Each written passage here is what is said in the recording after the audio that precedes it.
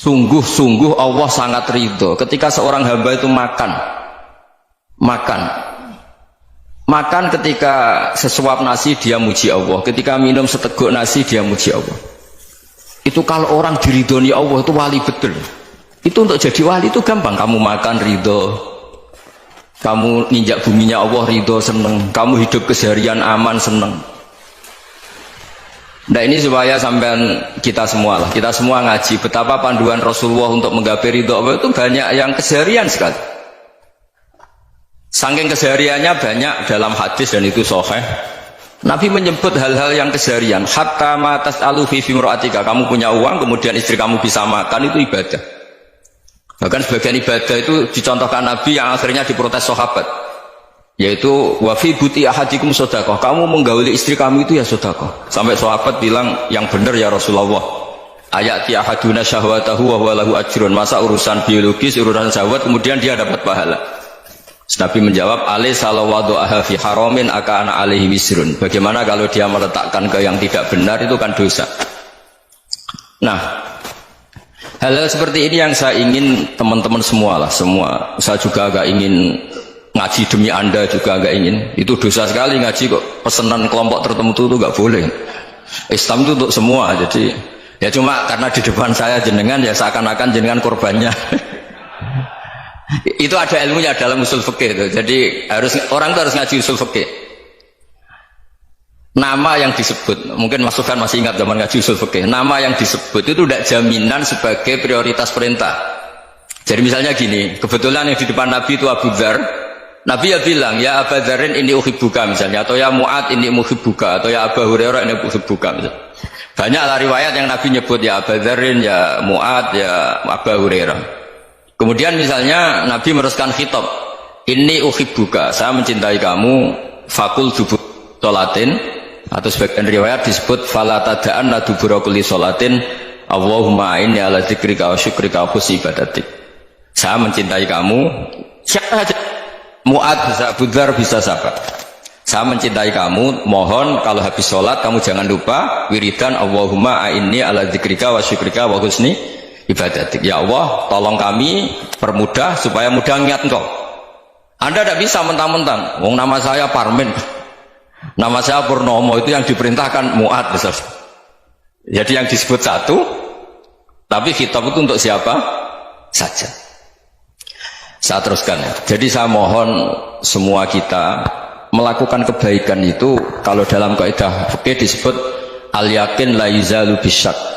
Banyak kebaikan yang kebenarannya itu 100%, tidak punya efek samping ke pihak lain, ke kelompok lain, ke komunitas lain.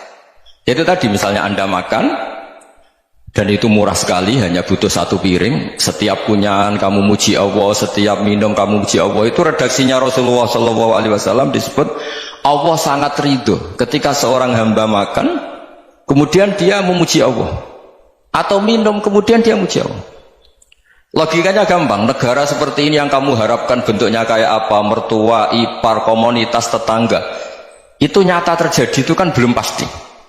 Sementara yang mesti terjadi adalah kamu butuh makan, kalau tidak mati. Butuh minum, kalau tidak mati. Butuh bumi yang nyaman ditempati, kalau tidak kita juga mati. Sebab itu Allah kalau menyebut nikmatnya itu hal-hal yang keseharian. Alladzi at'amahum min ju'. Allah itu siapa? Allah itu yang menciptakan kamu bisa makan. Tidak berlebihan. Allah itu yang menciptakan kondisi sosial itu ideal. Zaman Nabi itu ya ada orang munafik. Orang-orang pilihan Allah itu juga diuji orang sekelilingnya yang macam-macam. Semua diuji sesuai konteks zaman dan waktu. Nah, tapi ada ibadah-ibadah yang selalu disarankan Nabi. Sampai Nabi itu pernah ditanya, ayul islami khairun ya Rasulullah, Islam terbaik itu gimana? Jawaban Nabi itu unik. It'amut to'am, Islam terbaik itu ya makan-makan, jangan santai-santai. Ketika Allah menyebut beberapa kebaikan, falak tahamal aqobah, wa ma adrokan Allah mal aqobah. Terusannya apa? Fakku rokobah. Terusannya apa? Au it'amun fi yaumin di masubah. Ya itu acara makan-makan itu juga Islam. Kenapa? Ya bayangkan kalau tidak ada makanan, kita mati kan? Kondisi sosial tidak ideal itu Anda masih gak apa-apa, tapi kalau Anda tidak makan, Anda tidak minum, Kamu punya istri cerewet masih bisa hidup, punya mertua cerewet masih bisa hidup. Tapi kalau tidak makan bisa mati. Berarti penting mana istri sama makan? Penting mana? Makan. Semoga istri Anda dengar. Nanti kamu disuruh makan tapi pulang deh. Itu kalau dibahasakan makan masih memahami. Penting mana nasi satu piring dengan istri. Nggak ada nasi mati, nggak ada istri belum mati. Penting mana? Gak berani jawab kan? Nah, ternyata Anda ada garang kan di depan istri. Jadi saya mohonlah, mungkin Mas Sufyan Sauri tadi yang bisa bantulah teman-teman tuh ngaji yang keseharian saja. Karena kita nyari ridha Allah itu berdasar firman Allah, dan firman Allah itu menyebut keseharian tuh riang gampang.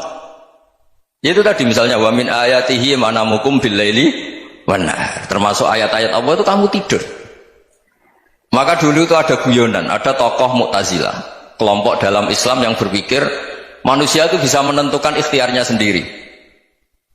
Karena saya bisa duduk, ingin duduk, ingin berdiri, berdiri. Karena kelompok ini nggak terima kalau semua kehendak Allah, nanti bagaimana kalau semua kehendak Allah kok ada hisab ya, ada sanksi. Lucunya itu dia akhirnya ini cerita ya, mencintai seorang perempuan cantik sekali.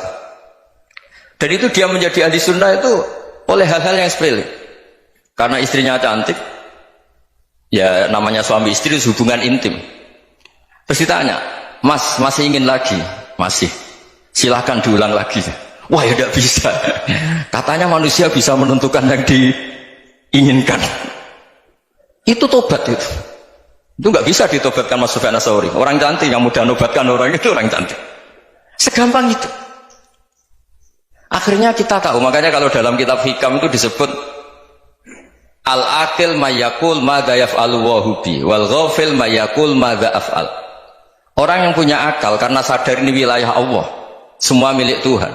Itu dia tiap hari berpikir, besok Allah akan melakukan apa terhadap dunia ini. Kamu merencanakan suatu mau plesir, ternyata gempa. Mau wisata ke Rusia, ternyata perang. Kamu tidak pernah tahu apa yang akan terjadi besok. Wa ma tadri nafsum madza taksibu ghadan. Tapi anda semua kita ini sering punya jadwal permanen. Makanya saya kalau diundang siapa saja, sana takdir. Yang jelas Gus ini acara penting. Ya masih acara penting, nggak pengiran ngersakno piye? Kok apa jadi pangeran? Kamu kok mau jadi Tuhan? Itu kadang ya kiai. Penting Gus acara ini jenengan harus memastikan bisa. Loh kamu itu yang ngajarin tauhid, sesuatu itu biadillah kok bilang-bilang apa pasti. Kalau maksa terus tak tobatkan kamu kata saya. Ya kalau gitu Gus bilang insya Allah. Wah itu hati saya, fisik saya, roh saya sudah bilang insya Allah. Tidak usah kamu latih kata saya.